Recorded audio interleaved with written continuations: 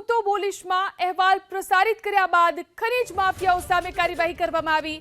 સુરેન્દ્રનગરના મૂળી તાલુકાના ગ્રામ્ય વિસ્તારમાં માફિયાઓ સામે કાર્યવાહી થઈ।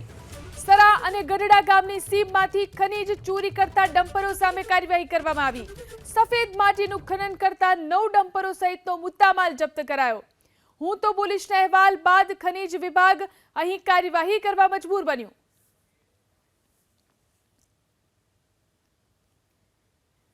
ભૂસ્તર શાસ્ત્રી અધિકારી જે.એસ. વાઢેર આપણી સાથે ફોન લાઈનથી જોડાયા છે। વાઢેર સાહેબ, કઈ રીતે ખનીજ ચોરી અહીં ચાલી રહી હતી અને શું કાર્યવાહી કરવામાં આવી રહી છે?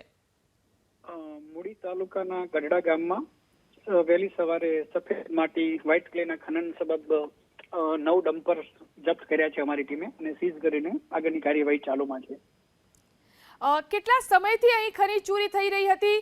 હું તો બોલીશ અમારો જે કાર્યક્રમ છે તેમાં અહેવાલ પ્રસારિત કરવામાં આવ્યો હતો અને શું કાર્યવાહી થઈ?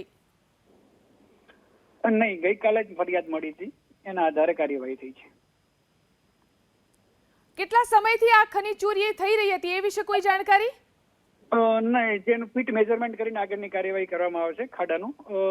ગઈકાલે ફરિયાદ મળી હતી કે અમુક શખ્સો દ્વારા ત્યાં ગેરકાયદેસર ખનન અને પરિવહન ચાલુ કરવામાં આવ્યું છે, તો જેના અન્વયે તપાસ કરવામાં આવી હતી। જી આભાર અમારી સાથે જોડાઈને વાત કરવા માટે।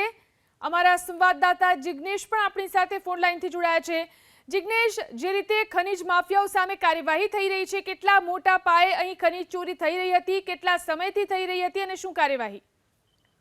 જી, ખાસ કરીને વાત કરીએ તો આપણે એબીપી અસ્મિતા દ્વારા જે પ્રસારણ કરવામાં આવ્યું હતું અને હું તો બોલીશમાં પણ આ અંગે પ્રસારણ કરવામાં આવ્યું હતું, જેને લઈને સુરેન્દ્રનગર ખનીજ ખાતું એક્શનમાં આવ્યું છે। છેલ્લા ઘણા સમયથી આ વિસ્તારોમાં સફેદ માટી, સફેદ પથ્થર, કાળી કપચી અને કાળા પથ્થર અને કોલસાની ખાણો ધમધમી રહી છે, જે અંગે અગાઉ પણ ઘણી વાર રેડ કરવામાં આવી હતી અને તે ખાડાઓ પણ બુરવામાં આવ્યા હતા, પરંતુ ફરીવાર ભૂમાફિયાઓ દ્વારા તે જગ્યા ઉપર ખાડા ખોદી અને ખનન કરવામાં આવ્યા છે, જેમાં હાલમાં ખનીજ ખાતા દ્વારા 9 ડમ્પરો પકડી અને રૂપિયા 2.7 કરોડનો મુદ્દામાલ હાલ જપ્ત કરવામાં આવ્યો છે।